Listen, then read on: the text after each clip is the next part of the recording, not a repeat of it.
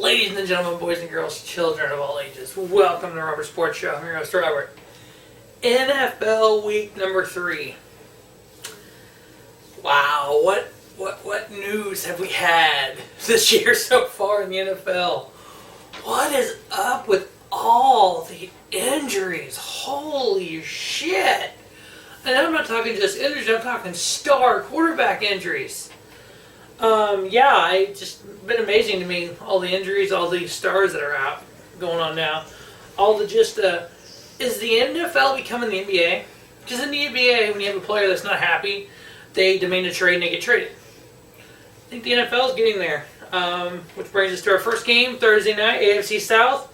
The 1-1 Tennessee Titans versus the 0-2 Jacksonville Jaguars.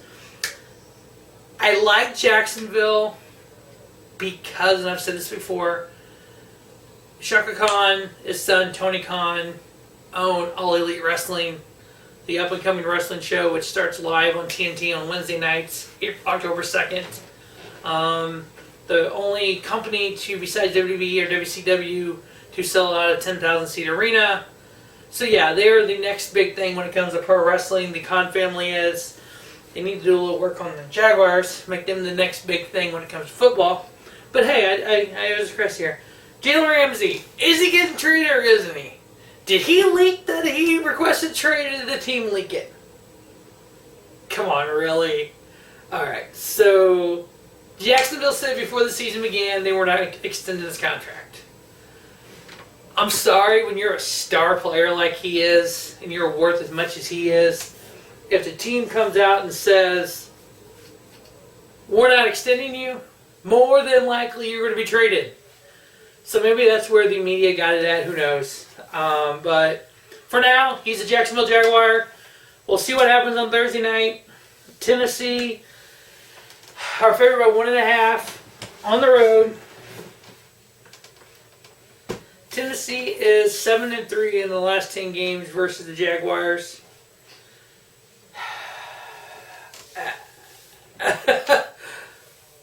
With Nick Foles being out and one of the many injuries we've had this year, Tennessee's favored by 1.5. I got them winning, covering.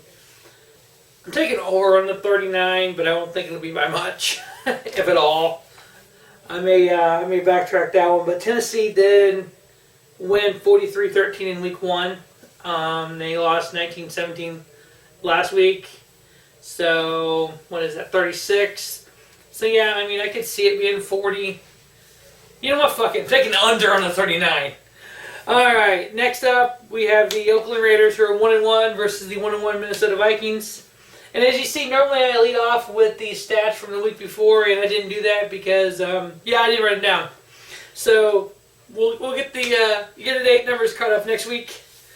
But yeah, Minnesota favored at home by 8. The Vikings won, yes. Did they win good? At your own expectations of good. A win's a win, right? They're both 1-1. So Minnesota favored by 8 at home. I got the Vikings winning. I got Oakland covering the 8. And then taking over on the 43.5. Next up, we have the 0-2 Cincinnati Bengals versus the 2-0 Buffalo Bills. If you would have went back, let's just go 3 weeks, told me going into week 3, Cincinnati versus Buffalo, one team is 2-0, one team is 0-2. I would have had it flipped. I would have said Bengals have been 2-0 and the Bills 0-2. But hey, here we are, 2-0 Buffalo Bills. Can they beat the Patriots and win the NFC East? No. I know you're all thinking it. I had to say it. So Buffalo favored by 6. I get them winning, covering. Winning, covering, and under on the 44. Next up, the 1-0-1 Lions versus the 1-1 Eagles. Philadelphia favored by 6.5. I got them winning, covering, and over on the 46.5. Now, this next game, more than likely where we sit right today, could be an AFC Championship game preview. We have the 2-0 Baltimore Ravens versus the 2-0 Kansas City Chiefs. Lamar Jackson, Patrick Mahomes. This is the future. The future is now. Lamar Jackson's quarterback rating, 145.2. Patrick Mahomes' quarterback rating, 136.2. Both of these teams are putting up points. Baltimore's put up an average of 41 a game, while Kansas City's put an average of 34 a game. Their defense are shutting the other team down. Kansas City's defense is getting up about 18 points a game. Baltimore's giving 13.5. So, which side are we getting? Are we getting the high-flying, just let-her-rip, tater chip team with Lamar Jackson, Patrick Mahomes? Or are we going to get a defensive juggernaut, just a 10-3 game in Arrowhead? What do we got here? I'm going with the first one. Kansas City is favored by 6.5. I think it's going to be just downfield, let-her-rip, tater chip. Let's do this. Put some points on the board. The Arrowhead's going to be rocking. Kansas City winning. Kansas City covering the 6.5. I'm taking over on the 54.5. I think this is going to be a fantasy team exhibition. These two quarterbacks, because they've been putting some fantasy numbers up. I know the dude in my league just got Pat Mahomes, took him 3rd overall. Yeah. I don't. Fuck, do I play him this week? Yeah, I think I play him this week too. Fun times in Fantasyland. Alright, next up we have the AFC East matchup. We have, it would be sad to call the Jets a dumpster fire. They're 0-2. They've lost 2 quarterbacks. Versus the 2-0 New England Patriots. The Patriots have only given up 3 points this year on defense to Pittsburgh. Never before Ben got hurt. They shut out Miami. So when you lose, when you're on your 3rd quarterback and this is week 3, is that a problem? Yeah, I think it is. Patriots favored by 22.5 at home. Yeah, they win. They cover. Under on the 43.5. I feel sorry for the Jets. It's just hard to call them a dumpster fire when they're their 3rd quarterback in 3 weeks. I mean, yeah, Sam Donald's got mono. He's going to be out for 3 or 4 weeks, I think they said. Trevor Simeon's out for the year. Is that really an upgrade? Now, what's this dude's name? Luke Falk? Let's go, Luke! Can Luke Falk be the Matt Castle of 2019? Yeah, I don't think so either. Next up, we have the 0-2 Miami Dolphins. Speaking of dumpster fires, they've scored an average of 5 points a game by giving up about 51 on the average. Versus a 2-0 Dallas Cowboys team. All right. So, Jerry Jones held out. Or not really held out, but held off paying Ezekiel Elliott. Finally, before week 1, he ponies up the billions of dollars and pays him. Now they're 2-0. Does Zeke do the right thing? I don't think he did. I know he wants to get paid. But here's the thing. You have 2 years left on your deal. Live out that contract and then fight for more money. But you know what? More power to you, man. You get some billions of dollars there now. You're covered for life. Your kids are covered for life. Their kids are covered for life. Nobody in your family will ever have to work again. Congratulations. Cowboys are 2-0. They are playing the Dolphins that are a dumpster fire in a fucking half. No wonder people went out of Miami. Just, wow. What a great organization to be just shitty on. Just, fuck. Yeah, you can't even say 51 points a game on defense on the average in 2 games. So, Dallas favored by 21.5. They cover. The over-under is 47. Where do you think Dak and Zeke stop? So I got over on the 47. Next up, we have the Denver Broncos 0-2, which is sad. Versus the Green Bay Packers, who are 2-0. Great to see Aaron Rodgers 2-0. Packers are favored by 8. I got them winning, covering, and under in the 42.5. Next up, we have the Atlanta Falcons 1-1 versus the Indianapolis Colts 1-1. I mean, Jacoby Brissett, He's 1-1.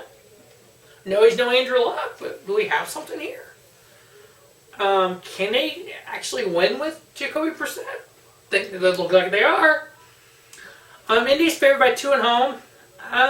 It's Matt Ryan. I'm sorry. I'm giving the 2 points to Atlanta. I got them winning, covering, and under on 47. Next up, the 0-2 New York Football Giants versus the 1-1 Tampa Bay Buccaneers. So, the Giants. They lost 35-17 and 28-14. We've already been told Daniel Jones is getting his first ever NFL start this week. It's not Eli's fault that they're 0-2. It's not Eli's fault that for the last few years they've sucked. The only weapon they have on offense is Saquon Barkley and Eli Manning. Sterling Shepard, Corey Coleman, wide receivers both out. The wide receivers this year have only caught 66% of the passes thrown to them. They have 59 catches, 89 targets. Their opponents, on the other hand, 44 of 60, 73%. 7% doesn't sound like a lot, but it really is. That's 7 out of 10 passes that the opponents are catching that they're not. Can you imagine if they would have caught 7 more passes in key spots where they could be at right now? Eli has said that he is not going to waive his no-trade clause. Great for him. You know what? Eli Manning is a stand-up guy. Eli Manning, that Manning family, Archie Payton, they've been around the league forever. They have class. They have integrity. Eli's got a contract with New York. He's going to stay there. He's going to pass on to the next generation, Daniel Jones, what he knows. He's not taking this as a slap in the face. I've done so much for this organization. Fuck you. I'm walking away. It's more or less, you know what? Let me leave the Giants in a better place than it was when I got here. Because you know what? No star quarterback can have the Cinderella walk away when they want to. Joe Montana, 49ers Hall of Famer, ended up in Kansas City. Joe Namath ended up in Washington. Emmitt Smith, the greatest running back of all time, ended his career in Arizona. I mean, Brett Favre ended in Minnesota. Was in the Jets for a while, then Minnesota. So everyone knows when it's time to, you got to move on. If you want to hang on. Peyton Manning, Indianapolis, ended up in Denver. Eli's going to stick it out in New York. He's going to help Daniel Jones. Now, if Daniel Jones fails, is he going to be like, you should have stuck with me? In his head, yes. To the media, hell no. He's going to help his team. He's going to help the young quarterback, help groom him. He's going to go off. Either he goes somewhere next year and plays, or he retires, whatever he decides to do. No matter what, Eli Manning is a great stand-up guy, a 2-time Super Bowl winning quarterback, a future Hall of Famer. As for the Giants, when your offense is that bad, kid, Daniel Jones, make sure you get plenty of ice in the locker room when the game's over, because you're going to get you hit a ton. Make sure Saquon Barkley you see his jersey, because you're going to give that ball to him a ton. Tampa Bay is favored by 6.5. It's in Tampa. I got the Bucs winning, covering the 6.5 and under on the 48. Next up, we have the Carolina Panthers 0-2 versus the 0-1 Arizona Cardinals. So there's talk of Cam Newton not being back next year in Carolina. I'm sorry, that press conference at the hand, was it Cam Newton or was it Dennis Rodman? Cam. You're not bigger than the game. There's no one bigger than the game. You're becoming a diva just like all the wide receivers out there. Your team needs you to be you, not someone else. Yes, you have injuries. Yes, you have a shitty team around you.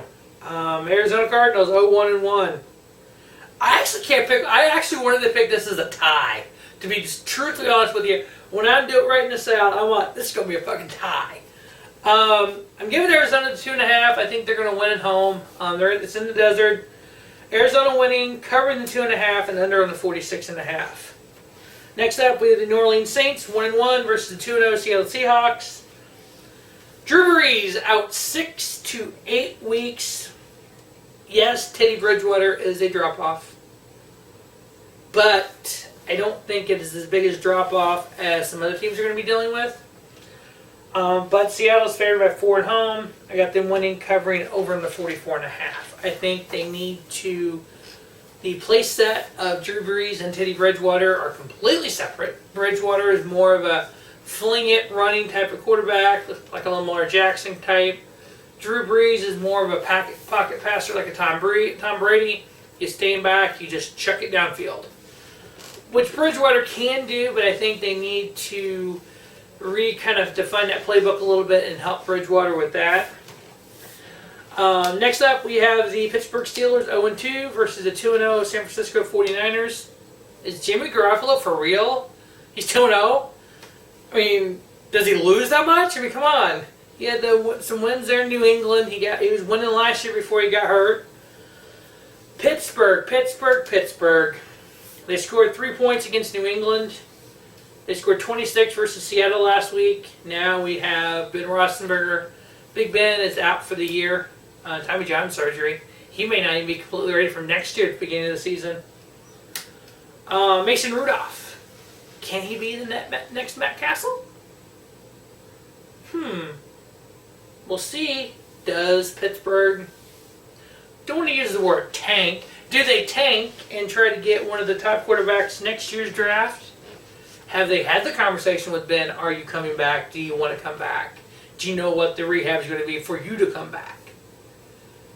Ben's got a year or two left after this. Do they take a chance, try to get one of the top tier quarterbacks next year, either Trevor Lawrence or Tua Tagovailoa out of Alabama, and then if Ben comes back, great. They have him for a year. Is Mason Rudolph the guy? Do they believe enough in Mason Rudolph that he is the guy and that he can win this team? He's got, what is this? They've been 2 games already. He's got a 14-week tryout here to see what he's got. 49ers at home. Hell, they're 2-0. They're scoring about 36 points a game. They're favored by 6.5. Garoppolo's got this. They win. They cover over in the 43.5. Good luck next week, kid. Next up, we have the Houston Texans 1-1 versus the Los Angeles Chargers 1-1. Chargers favored by 3 at home. Over under 47.5. I'm torn with this one. Torn. Fantasy, I want Houston to win big because I got Deshaun Watson. But pick-wise, I think Chargers is the best pick to win the game. So I'm picking the Chargers to win. They're going to cover the 3. Take an under on the 47.5. I need Deshaun Watson just to go stupid with touchdowns, but it ain't going to happen. So I'm taking under on the 47.5. Next up on Sunday Night Football, we have the Los Angeles Rams 2-0 versus the Cleveland Browns 1-1. These two teams are more alike than you think. First off, the Los Angeles Rams came from Cleveland. Not many people know that. They were the Cleveland Rams. They became the LA Rams. They became the St. Louis Rams. They became the LA Rams. Cleveland hasn't had a winning season in 11 straight seasons. The last time they had a winning season was 2007. The Rams went 10 years without a winning season from 2007 to 2016. They drafted Jared Goff. They had Todd Gurley the year before. Goff struggled his first year. Goff got better his second year. Here we are, Jared Goff, one of the top quarterbacks in the league. Baker Mayfield struggled his first year. Here we are, he's trending up. In a couple of years, are we going to look at Cleveland the same way we look at Los Angeles now? I think we will. Do I think the Browns can upset the Rams? I actually think they could. Call me stupid, call me crazy. Odell Beckham Jr., when he's happy, he makes catches like he made last week. When he's happy, he's cocky. Is cocky bad? Sometimes. Is cocky entertaining? Oh, hell yeah. I mean, his $2 million watch he wears in pregame. He got fined for wearing it in the game, whatever. His comments about Greg Williams, the defensive coordinator, yeah, they were real. That's real life right there. That's real life. I mean, I wouldn't be shocked. Not picking them. Rams are favored by 3. I had them winning, covering over on the 49, but I think this could be a better game than a lot of people can give it credit for. Monday Night Football, Mitch Trubisky and the Chicago Bears 1-1 versus the 0-2 Washington Redskins. Now, we all know Dwayne Haskins was drafted as the next quarterback for Washington. Case Keenum's been starting. Washington is going to really keep an eye on New York, see what Daniel Jones does. Daniel Jones, Dwayne Haskins, drafted pretty close together in the draft, pretty similar quarterbacks. If Daniel Jones gets off to a good start, we're going to see Dwayne Haskins within a matter of weeks, if not next week. Case Keenum, to keep his job, I think he has to win. He has to have a perfect game here in order to keep his job. I don't think it's happening. The Bears, they're not scoring much. 3 points, 14 points. But that defense isn't giving up much. They scored 3 and 16. The defense is giving up 10 and 14. You got a great defense. The offense needs to pick it up a little bit. Bears favored by 4 on the road. I got them winning, covering. I'm taking under on the 41.5. All right, ladies and gentlemen, that was week 3 of the NFL football season. Make sure you check out week 4 of the NCAA college football right here on the Robert Sports Show, and also week 15 of the CFL. Thanks, Justin, for doing the CFL. Got me into it as well. Kind of enjoying it. Kind of something a little different. My plan, I've said this before, 2020, XFL, CFL, NCAA, NFL, football all year long. We're going to see how well that goes. We're going to see if the XFL works. We're going to see what happens. But as always, thanks for watching Robert Sports Show. And don't just have a great day. Have a spiffy day. Robert Sports Show, your YouTube leader, sports show content.